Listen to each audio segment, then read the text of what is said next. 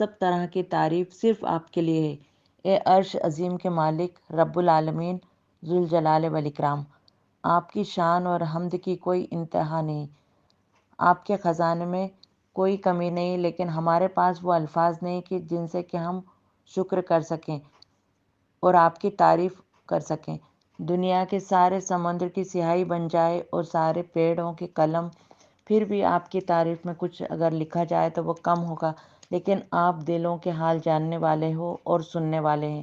جو ہم کہہ نہ سکے یا جو ہم بھول گئے، آپ سب کو جانتے ہیں۔ آپ ہم سب کی جائز دعائیں قبول کرنا۔ جو بھی ہم نے آپ کی حمد و ثنا کی ہے اسے اپنی شان و بزرگی سے قبول کر لینا، آمین۔ اے اللہ، شکر آپ کا کہ آپ نے ہمیں آنکھیں دی کہ ہم قرآن کو پڑھ سکیں، آپ نے ہمیں کان دیے کہ ہم اسے سن سکیں، آپ نے ہمیں دل دیا کہ جس میں وہ اتر گیا، آپ نے ہمیں سوچنے سمجھنے کی صلاحیت بھی دی کہ وہ کر سکے اچھے اور برے کی پہچان۔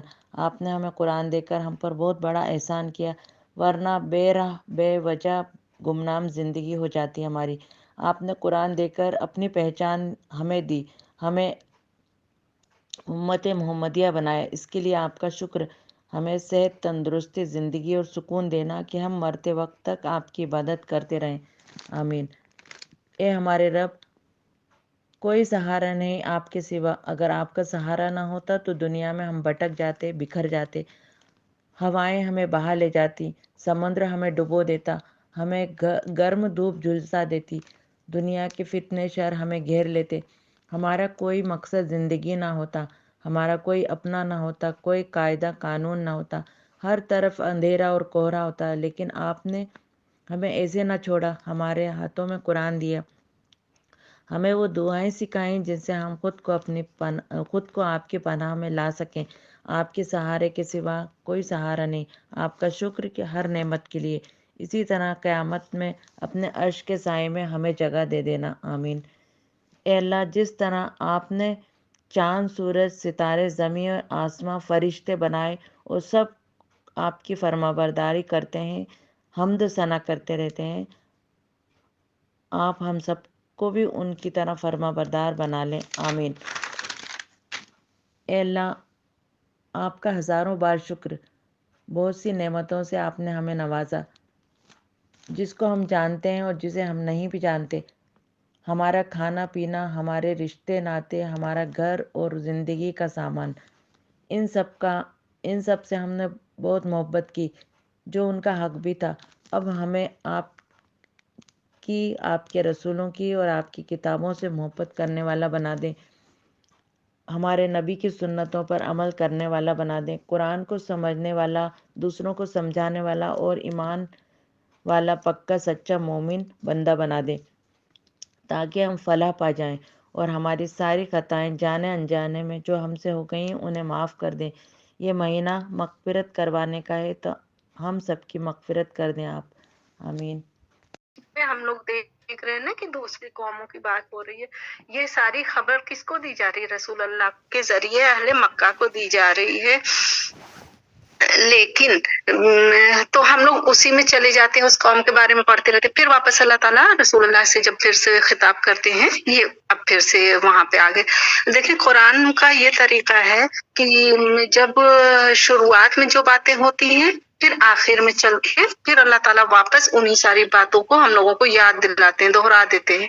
یہ قرآن کا طریقہ ہے، یہ اللہ تعالیٰ کا طریقہ ہے۔ دنیاوی کتابوں میں آپ کو ایسا نہیں ملے گا۔ بات شروع ہوئی اور ہوتے ہوتے بات کو ختم کر دیں گے، پھر جہاں سے شروعات ہوئی تھی وہاں نہیں لے جاتے، لیکن اللہ تعالیٰ ہم لوگوں کی یاد دہانی کے لیے پھر واپس اسی جگہ لے آتے ہیں۔ تو بات اس سورے میں شروعات رسول اللہ سے بات کرتے ہوئے ہوئی تھی۔ جب رسول اللہ غمگین ہوا کرتے تھے نا، تو اللہ تعالیٰ انہیں تسلی دیا کرتے تھے کہ آپ بالکل غمگین نہ ہوا کریں۔ یہ ہم لوگ انشاءاللہ کل کی کلاس میں دیکھیں گے، بہت زبردست آیتیں ہیں یہاں پہ، اس میں بھی ہم لوگوں کے لیے بہت غور و فکر کرنے کی ضرورت ہے۔ کل کی کلاس میں انشاءاللہ ہوگا وہ، لیکن آج ابھی یہاں پہ جو آیتیں ہم لوگ پڑھ رہے ہیں اس کو سمجھ لیتے ہیں۔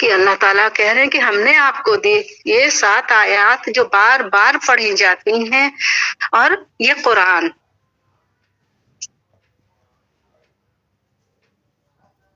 سبع المثانی یعنی وہ 7 آیتیں جو مقرر مستقل پڑھی جا رہی ہیں، لگاتار پڑھی جاتی ہیں۔ اس سے مراد مفسرین کے نزدیک سورہ فاتحہ ہے، جس کو الحمد شریف بھی کہتے ہیں، جو ہر نماز کی ہر رکعت میں دہرائی جاتی ہے نا۔ سورہ فاتحہ کے ہمیں کئی نام ملتے ہیں، جیسے کہ ایک تو ہے الفاتحہ، ہے نا۔ فاتحہ کے معنی کیا ہوتی ہے؟ چابی، کھولنے والی۔ الفاتحہ چابی کو کہتے ہیں، فاتح چابی کو کہتے ہیں، کھولنے والی۔ تو یہ کیا ہے؟ اسی سے تو نماز کی شروعات کرتے ہیں نا ہم لوگ، تو یہ چابی۔ اسے ام الکتاب بھی کہتے ہیں، اس سے ام القرآن بھی کہتے ہیں، الشفا بھی کہتے ہیں، الحمد بھی کہتے ہیں۔ اس کے کئی نام ہمیں ملتے ہیں سورہ فاتحہ کے۔ ہر نماز کی ہر رکعت میں یہ پڑھی جاتی ہے۔ حدیثوں میں ملتا ہے کہ نبی کریم صلی اللہ علیہ وسلم نے سورہ فاتحہ کو فرمایا کہ یہی سبع مثانی ہے۔ اس سورت کو ام القرآن بھی اسی لحاظ سے کہتے ہیں۔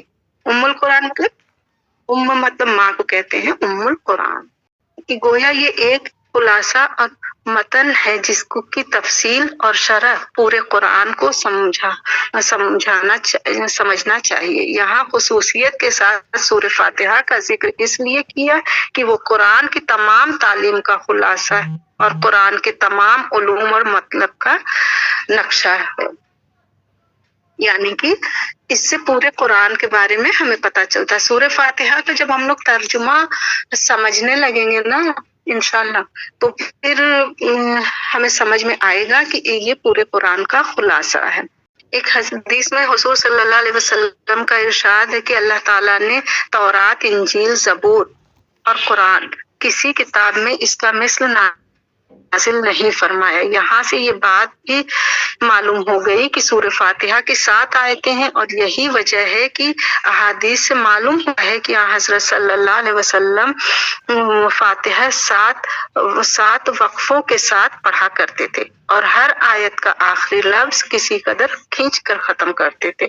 ایسا نہیں فرماتے تھے کہ صرف 3 وقفوں میں پوری سورہ ختم کر دی۔ 7 آیتیں ہیں تو وقفے کے ساتھ پڑھا کرتے تھے، جیسا کہ بعض عوام نے طریقہ اختیار کر لیا ہے، اور جیسے کہ بہت لوگ ہم ہی لوگ پڑھتے ہیں بھائی، جلدی جلدی ہم لوگ پڑھ کے ایک سانس میں پڑھ لیا نا، تو ایسے نہیں پڑھنا چاہیے، وقفے کے ساتھ ہمیں اسے پڑھنا چاہیے۔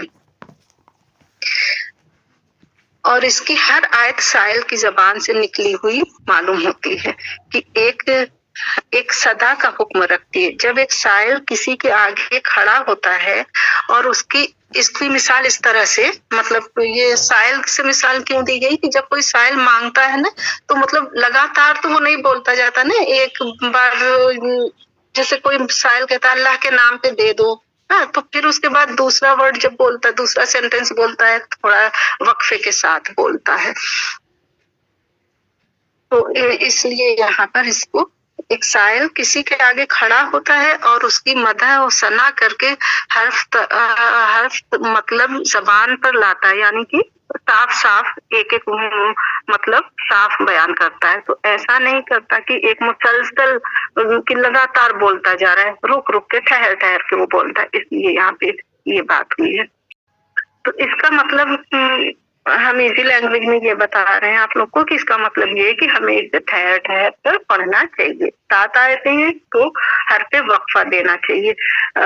اور آج کل ہمارے دماغ میں ایک چیز چل رہی تھی، آپ لوگوں سے پوچھ لیتے ہیں کہ ہمیں لگ رہا تھا کہ ایک دن آپ لوگوں سے ہم یہ چیز ڈسکس کریں گے کہ کیا جو نماز میں ہم لوگ پڑھتے ہیں صورتیں، تو ہم چاہتے ہیں کہ جب بھی کلاس ہو، مطلب سیٹرڈے سنڈے 2 دن ہماری ہفتے میں کلاس ہوتی ہے، تو ایک دن ایک سورت کا ترجمہ بتائیں، اس کے بعد قرآن پڑھائیں۔ جو بھی قرآن میں ہماری سورت چل رہی ہے اس کو جتنا ہو سکے گا لیں گے، ایک سورت جو نماز میں پڑھتے ہیں اس کا ترجمہ ہم لوگ پڑھ لیا کریں۔ اس سے کیا ہوگا کہ جب ہم لوگ نماز میں پڑھیں گے تو ہم لوگوں کو مطلب سمجھ میں آ رہا ہوگا۔